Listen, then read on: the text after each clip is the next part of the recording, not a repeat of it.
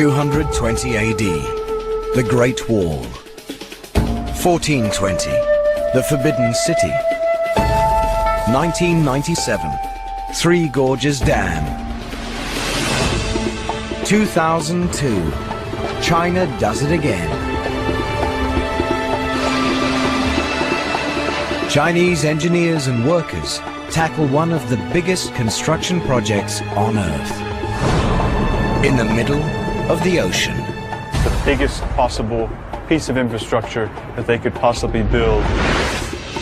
Welcome to Yangshan, on track to become the biggest deep-water port ever built. A 20-kilometer quay with 50 berths, over 30 kilometers out to sea. Linked to China by the world's second longest ocean bridge, where massive cranes, a cutting-edge control system, and some very, very focused personnel are already shattering records for loading and unloading gigantic container ships. Battling for supremacy in the world's biggest import-export trade. And Yangshan's not even close to being finished.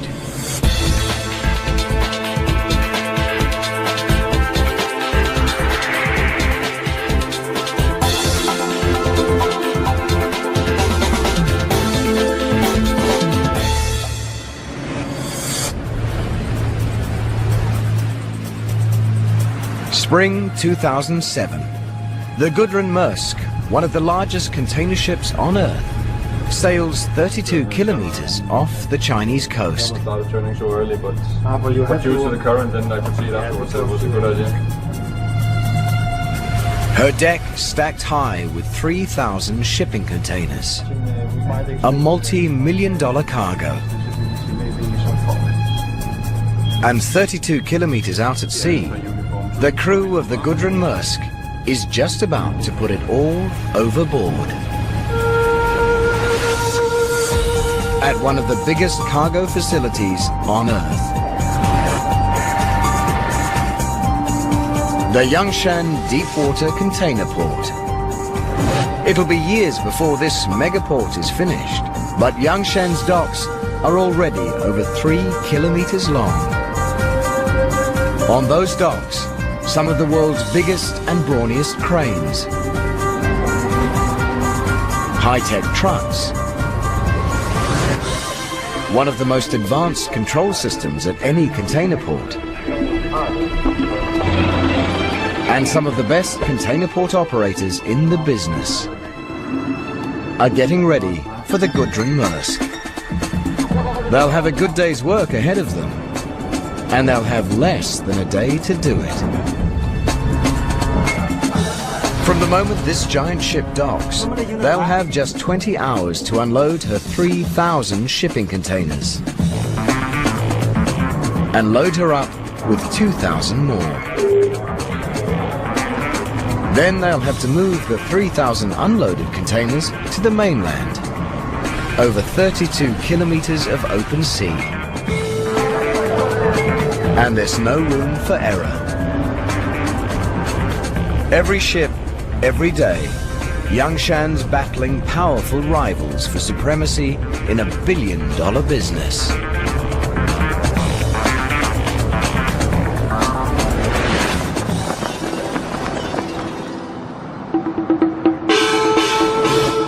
Shanghai, China's biggest city and the world's busiest cargo port.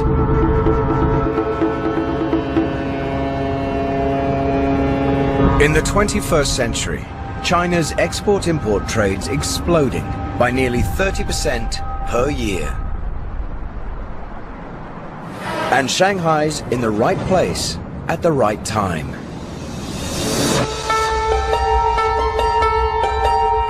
Located about halfway down the Chinese coast. Right at the point where the Yangtze, the world's third largest river, empties into the sea.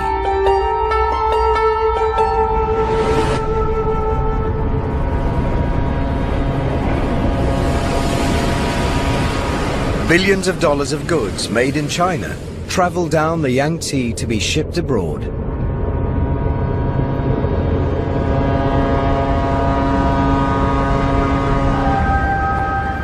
In 2001, that was 300 million tons of cargo. By 2005, it was nearly 800 million.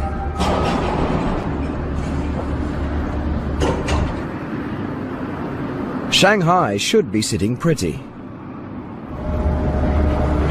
But it's got problems. Big problems. Problems these two guys deal with every day.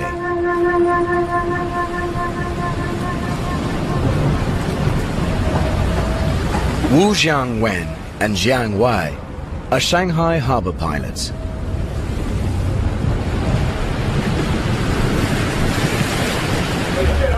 Their job, climb on board cargo ships arriving from the open sea and steer them to a safe berth at Shanghai's docks. And that's even harder than you think.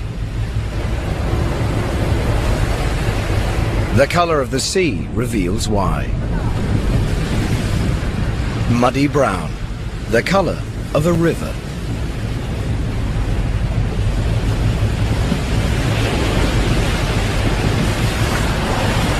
Every year, millions of tons of silt wash down the Yangtze River and into the sea.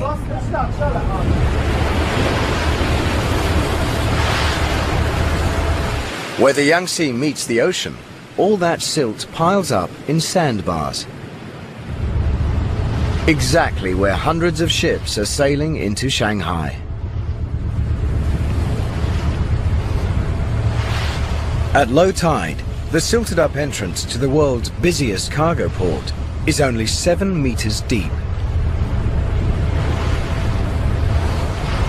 And in today's world, any ship that can clear 7 meters is a mere rowboat. The biggest ships that come into Shanghai need 12 meters water depth. So they are very dependent on high tide.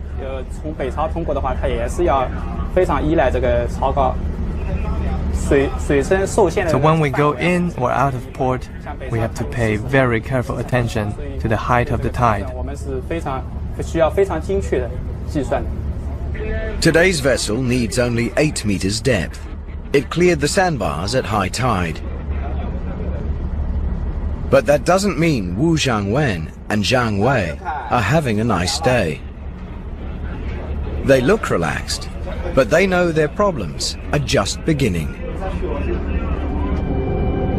Because Shanghai's aquatic arteries are seriously clogged with more than just silt. Their ship's now entering the Huangpu, a smaller river that runs through Shanghai. And they're about to steer it through one of the worst maritime traffic jams on Earth. Normally, we'll have more than 100 ships coming into the river mouth and another 100 ships going out over 24 hours. And that's just the big ships over 5,000 tons. I'm not even counting the smaller ones. It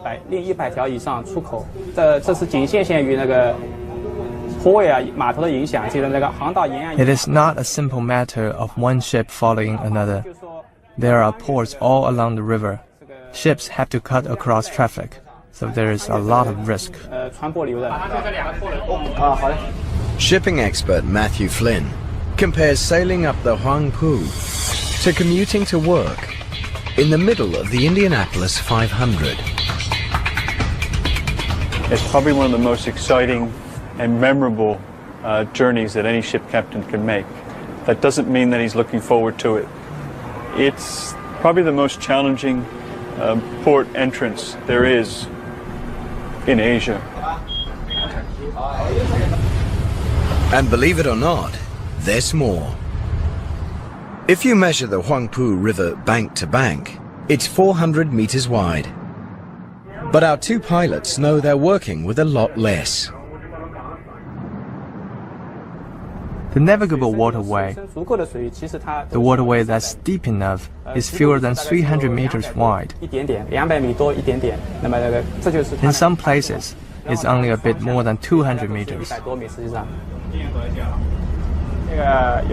And that worries Shanghai pilots, because a moving ship needs a distance 3 to 5 times its length to turn around. To avoid a collision, a 100-meter-long ship will need 300 to 500 meters. And on the Huangpu, it isn't going to get it. For instance, the ship we're on today is 145 meters long. So when it comes into the river, it can't turn itself around. And ships don't have brakes like cars do. If you slow a ship down to avoid a collision, you can't steer it. It would just drift out of control. So if there is an emergency, there is nothing I can do. That's why everybody's glad when the tugboats finally take over and push the ship into the dock.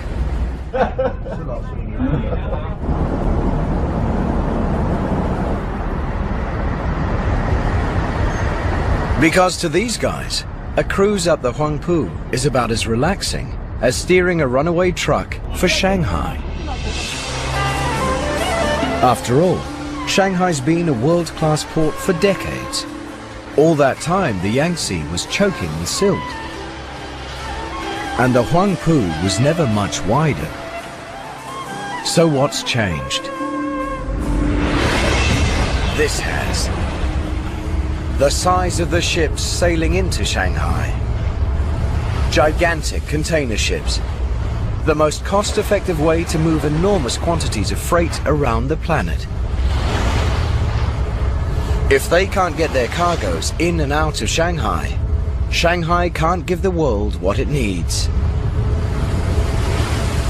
Ships will go elsewhere, and Shanghai will be left behind.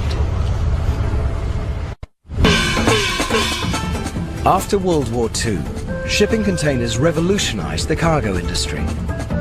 Unlike loose cargo, packed containers could simply be offloaded onto waiting trucks and driven away.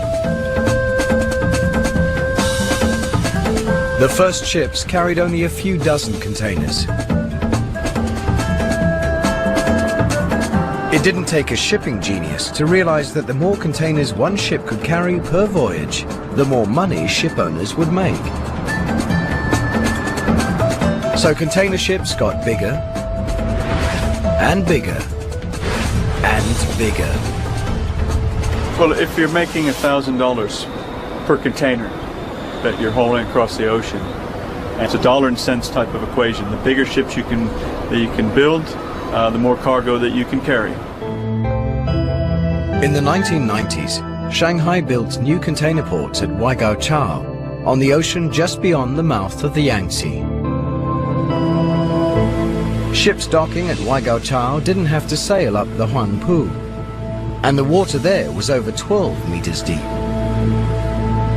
For a time, things seemed fine, but then the ships got even bigger. As big as the Gudrun Maersk, over 40 meters wide, over 300 meters long, longer than the Eiffel Tower, and needing deeper water than Waigaoqiao could offer.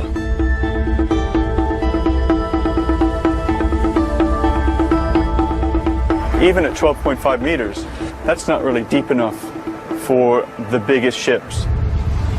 We're talking 9,000, 10,000, 13,000 TEU container ships. So you really want something that's at least 15 meters. Today's megaships, like the Gudrun Maersk, are in a class by themselves. A class called Post-Panamax, because they're too wide to fit through the Panama Canal. And they're also too big for Shanghai.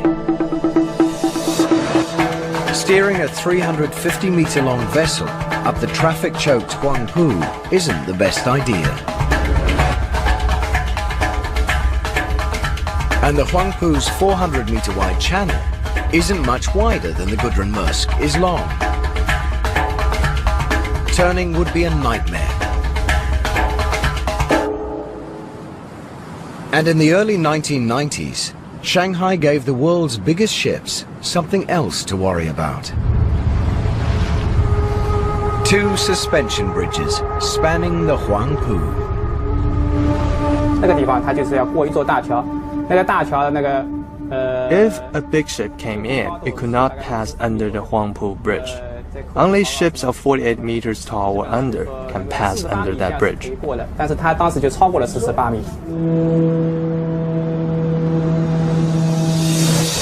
In the 21st century, 30% of the world's shipping containers were traveling on post-Panamax vessels. And Shanghai still wasn't deep enough, wide enough, or big enough to let those ships come in. Problems competing ports like Hong Kong and Singapore didn't have. As China's economy exploded, everyone wanted a piece of the action. Shanghai couldn't handle the business, it would have gone elsewhere. 2002, Shanghai's leaders roll the dice on a bold solution. At a place called Yangshan, 32 kilometers offshore, where the water was 15 to 20 meters deep.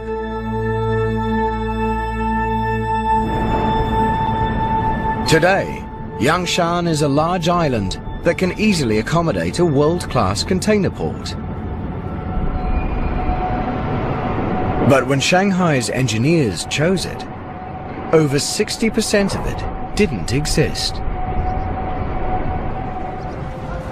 Yangshan was just what nature made it. A collection of tiny islands with no room for anything but a fishing village. Engineers considered creating flat land by leveling the hills, but decided against destroying Yangshan's natural topography.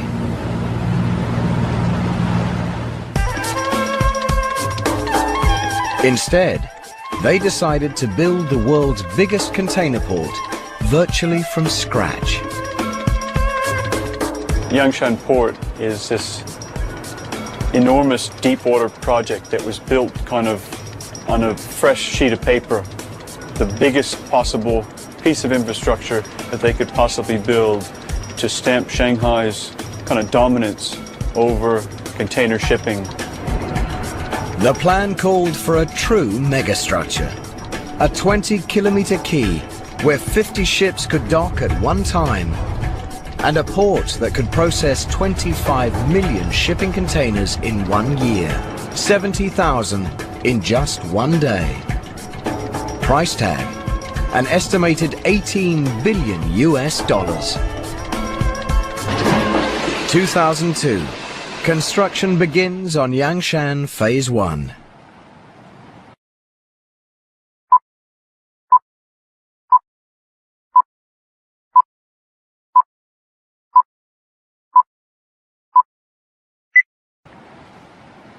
Engineers begin transforming these lonely islets into the world's biggest container port. It's like trying to tie a butterfly knot in the middle of a raging river. You've got water that's flowing 2 meters a second. These guys are up against typhoon, bad weather, fog. They're 35 kilometers offshore. There's no power, there's no water. There's probably more inhospitable locations, but there certainly isn't a tougher location to work in for such a big project. Failure is not an option, and neither is delay. Shanghai's container traffic is growing by 30% every year. To build Yangshan, engineers must create an artificial island with a 10-square-kilometer port, bigger than 20,000 basketball courts, in ocean 15 meters deep. And that will take thousands of millions of cubic meters of soil. How do you get it? Enter the Sea Dragon, the mega dredge. Built in the Netherlands, to clear Shanghai's monumental silt. This is a dredge like no other. When the Sea Dragon swings into action, you can see how it got its name. Its two massive suction arms bear an uncanny resemblance to monsters of the deep.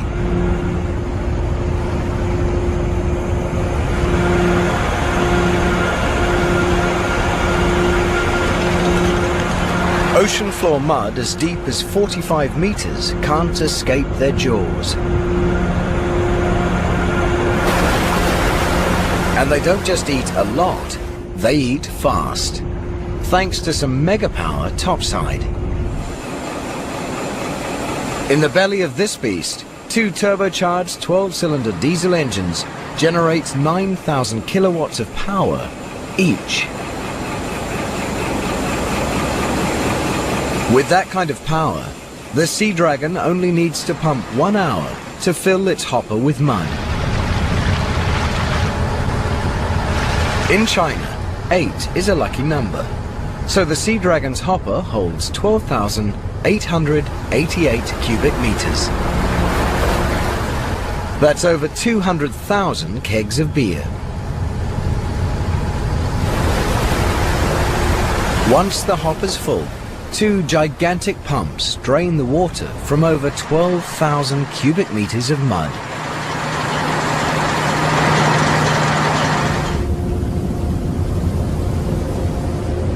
And Captain Yan says that when it's time to deliver the payload, his dredge leads the pack.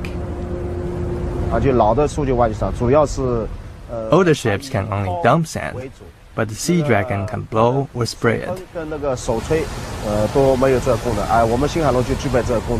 That gives it a real advantage over other ships on the construction site. The Sea Dragon worked almost a full year just to build Phase 1. Dumping 3,000 million cubic meters of mud. Enough to fill over 1 million Olympic swimming pools. Growing a man-made island in ocean over 15 meters deep.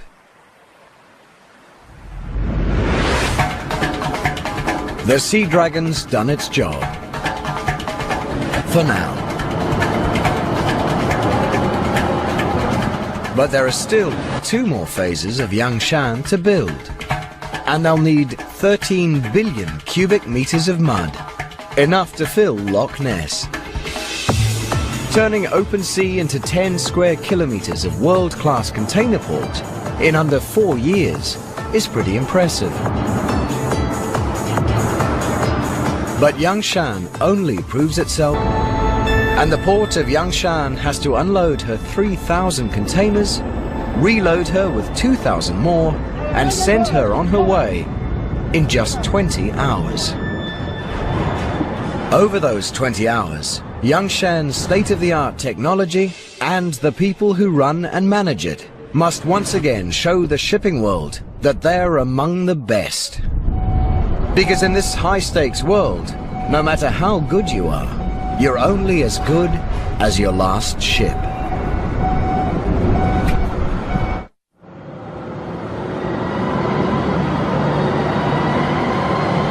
"12 noon. Unloading the Gudrun Maersk begins.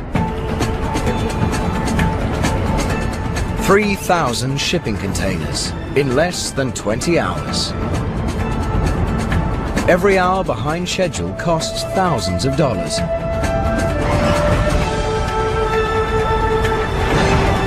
And takes you down a notch in the eyes of the shipping world.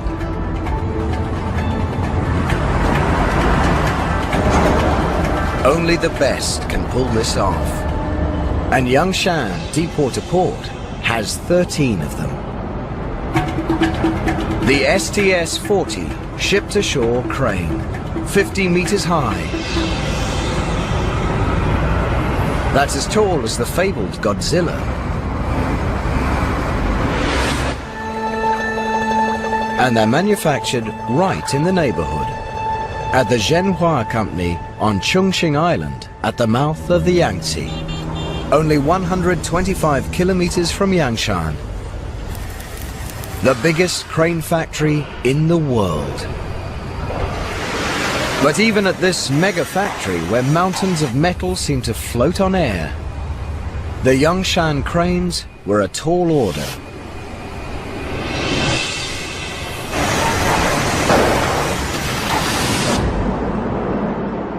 Most container cranes can lift one 40-foot container at a time, or two 20-foot ones. Yangshan needed cranes that could lift twice that many, and stand tall enough to reach them from atop the world's biggest ships. And it needed 13 of them. General Manager Lu Hanzhong recalls the excitement of winning the Yangshan contract and the anxiety of fulfilling it. Designing and manufacturing cranes this big was a challenge for us, because ships are getting bigger and higher. Cranes have to be bigger too. We couldn't simply make one of our smaller cranes twice as big. That crane would have been far too heavy to build. We needed to change the design of the whole structure. But one of the toughest challenges to giving Yangshan its super cranes wasn't building them. When they arrive at container ports, new cranes can need up to 6 months reassembly before they are ready to operate. But not Zhenhua's cranes. They come with no assembly required. Shipped around the world on Zhenhua's specially modified freighters. But Zhenhua's ships had never transported cranes as tall and heavy as the ones ordered by Yangshan. The cranes couldn't be any shorter or lighter, or Yangshan wouldn't beat its competition. There was only one option: solve the problem. We successfully designed a bigger crane which doesn't add much to its own weight, but can still do the job it's designed to do. And we designed them so they can lower their height while they're being transported. Problem solved. Cranes designed, built, and delivered. Now they're putting Yangshan ahead of the pack. Most container port cranes can handle about 30 containers an hour. Yangshan's cranes can handle more than 50. Thanks to crane drivers like Zhang Yi, who have made a commitment to being the best. The difficulty we have to conquer is we work on night and day shifts rather than normal working hours, so that we have to sacrifice a bit, personal life-wise. I mean, we cannot just go drinking and have fun as much as we want to. We have to make sure we rest well before we come to work. Driving a container port crane is like fishing for a prize in a carnival game. Except the prize weighs 2.5 tons, and that's empty.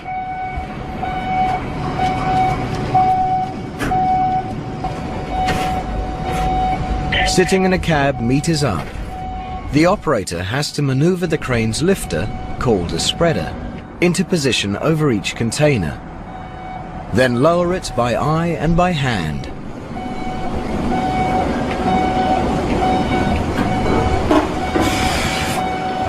When the spreader's in place, he triggers the spreader's automated locks that grip the container and hoists it up and over the deck onto the dock below, lining it up precisely with the truck that will carry it away. And then do it again, and again, and again. And if you think unloading is tough, try loading. To load a ship, a crane operator has to position a 20-foot container onto pins on deck and slide it precisely into grooves built into the cargo hold, so containers won't move at sea. That's like trying to set an elephant down on a coin from 50 meters up. And a crane driver doesn't have all day to get it right. If containers move too slowly, ship owners fall behind schedule and lose money. But if they move too fast, they can swing out of control, endangering cargoes, people, and cranes. And a bumped container could mean damaged goods inside.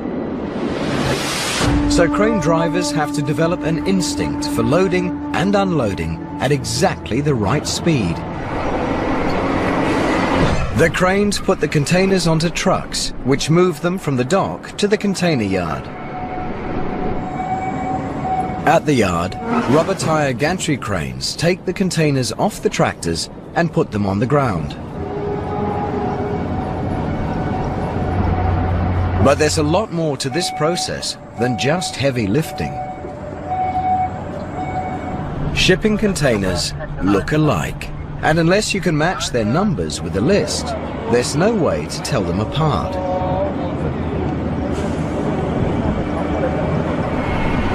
From the moment they leave the Gudrun Maersk, 3,000 containers have to be precisely tracked.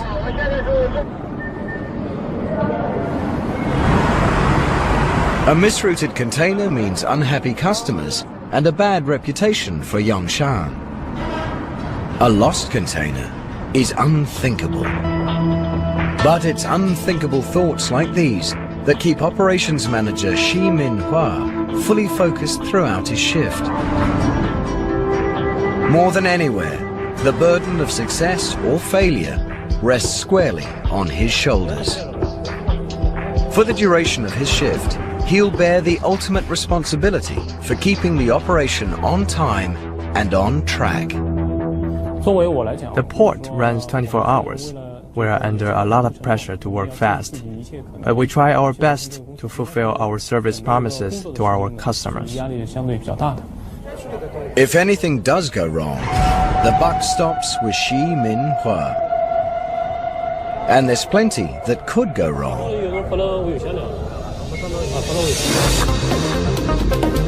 Before a ship sails, the shipping company's computers analyze the contents and destinations of its several thousand containers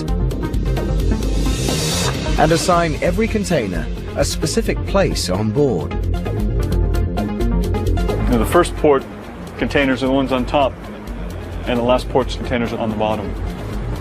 It's a pretty complex mathematical equation. If port operators make a mistake or fall behind schedule, they might have to ask permission to load containers in places other than the ones the computer assigned them. And that's not a question a ship's captain wants to hear. Containers loaded in the wrong places will confuse unloading in the next port. Badly loaded containers could make the ship unstable on the open sea. And Yangshan's competitors, Hong Kong and Singapore, each handle over 20 million containers a year with an error rate of less than 1%. All good reasons why no one at Yangshan wants to rock the boat.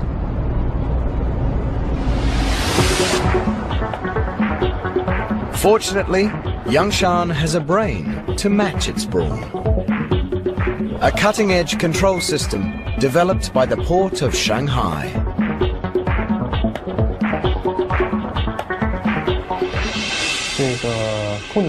The operation control room has a highly developed CCTV supervising system, which can help to detect any potential problems. We communicate through walkie-talkie. There are laptop computers on the wharf that receive a detailed operation plan delivered by the computer system. Cranes, trucks, and rubber tire gantry cranes all have cab displays electronically linked to the port control room.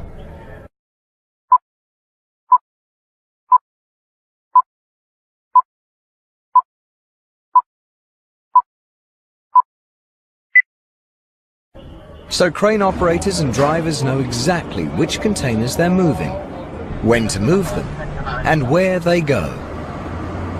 The trucks receive wireless orders from the computer terminal in the operation control room. Portable mini computers in the trucks display instructions on what to do and where to go. The trucks we use here are some of the best. They're equipped to transport containers on the left and the right. And the driver's cab has windows on 3 sides, which allows the driver to see a lot more.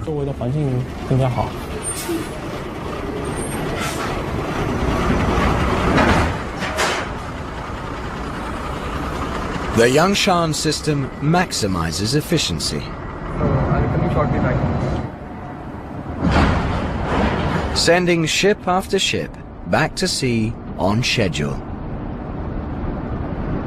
Making crews and owners happy. So they're trying to sail at a specific time to meet and past the break of day. 20 hours after she docked, the Gudrun Maersk departs Yangshan, leaving behind 3,000 containers filled with imported goods. Taking with her 2,000 others filled with exports. Xi Minhua and the Yangshan team can finally relax and call it a day. A very long day.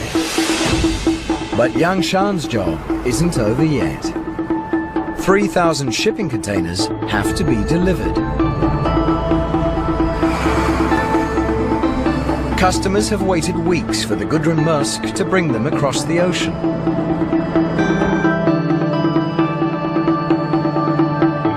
And now they're sitting on an island 32 kilometers out to sea.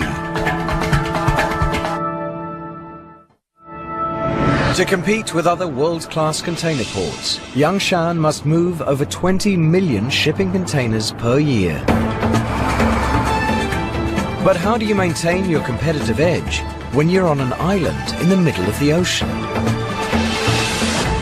You build another megastructure. The Donghai Bridge. 6 lanes wide and 32 kilometers long. More than 12 times longer than the Golden Gate Bridge. The second longest ocean-spanning bridge in the world. The longest is just 80 kilometers to the west, spanning Hangzhou Bay. Building a bridge this long on land would be tough. Building it over the open sea is a logistical nightmare. It's not like you're a steel worker building a skyscraper. I mean, you don't have electricity out there. Everything that you need to do your job has to be taken in by barge and back and forth in that fashion. Just designing the Donghai Bridge was a mega challenge. It had to be wide enough for 6 lanes of truck traffic, high enough to let some of the world's biggest ships sail underneath, and strong enough to withstand all that nature would routinely throw at it. Typhoons every summer, currents ripping past at 2 meters per second, 6-meter waves. And that's just on the surface. From the mainland to Yangshan Islands, the seabed can vary in depth from 10 to 30 meters. And it's nothing but soft, unstable mud. Not a good foundation for 6 lanes of concrete highway, vibrating with heavily laden trucks. In cyberspace, engineers tested their bridge designs every way they could. With waves, winds, truck accidents, and colliding megaships, to discover which design would best survive. In the end, they chose not one design, but 2. Most of Donghai is a box girder bridge made of over 600 concrete spans. The longest spans are the length of 4 volleyball courts. But in 2 places, it becomes a cable-stayed suspension bridge, with one span rising high enough to let ships pass underneath. And it spans the waters in a graceful S-curve, so ships passing under it can sail at angles to strong ocean currents.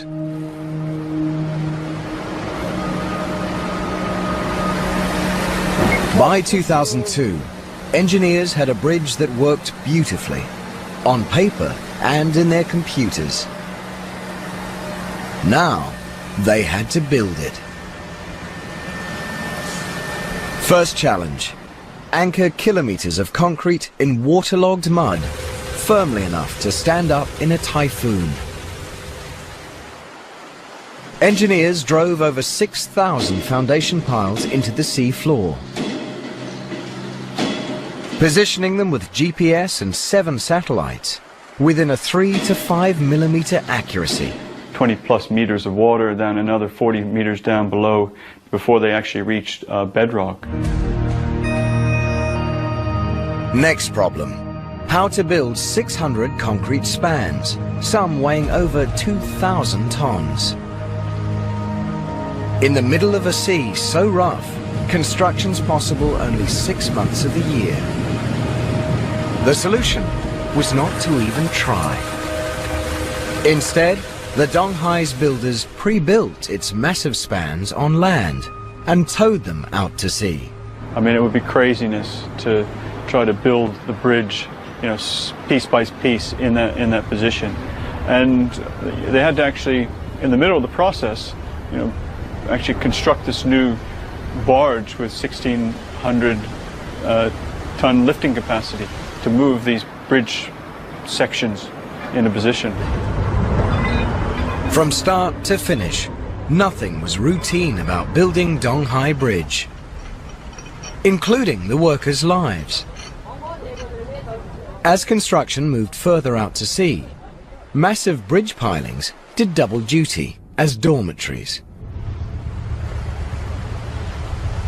On 10 December 2005, 42 months after construction began, the Donghai Bridge opened to traffic.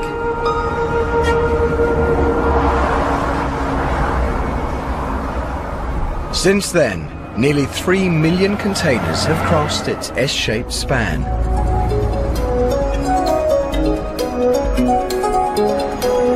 Under the watchful eyes of bridge operators. From this high-tech control room, they miss nothing that happens on, over, and under the world's second longest ocean bridge. Their eyes, some 80 surveillance cameras placed along its 32-kilometer length. Electronic eyes that never close. And for good reason. The Donghai Bridge is a triumph of engineering over nature.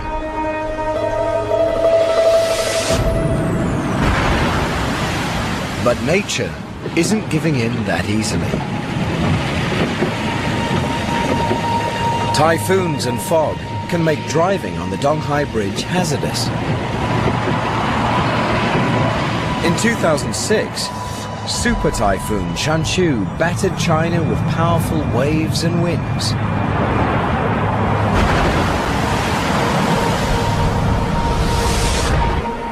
The bridge stood its ground. And by mid-2007, Yangshan had moved Shanghai from world's 3rd biggest container port to number 2. Only 1 million containers behind its rival Singapore. When it's completed in the year 2020, Yangshan Island will be the world's biggest container port. Its wharves stretching an awesome 20 kilometers, with berths for 50 ships, capable of handling 25 million shipping containers a year. No city has ever achieved what Shanghai has done with the Yangshan Deepwater Port. It was a tremendously visionary project. For the city fathers of Shanghai to actually create this over such a short time frame was tremendously far-sighted. It's a very emotional issue, I think, for everyone, from the guy in the street, to the city leadership, to the country leadership.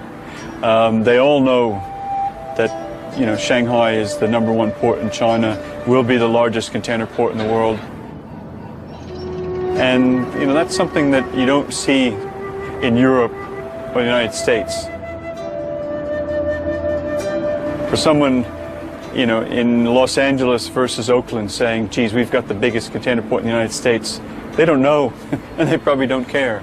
But here, it's something that everyone knows about, and it's something that they're intensely proud of achieving. But shipping companies are already designing even bigger container ships.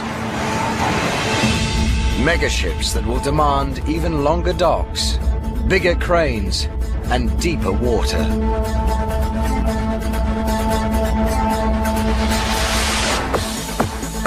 The biggest container port ever built may someday be just the first phase of an even bigger one.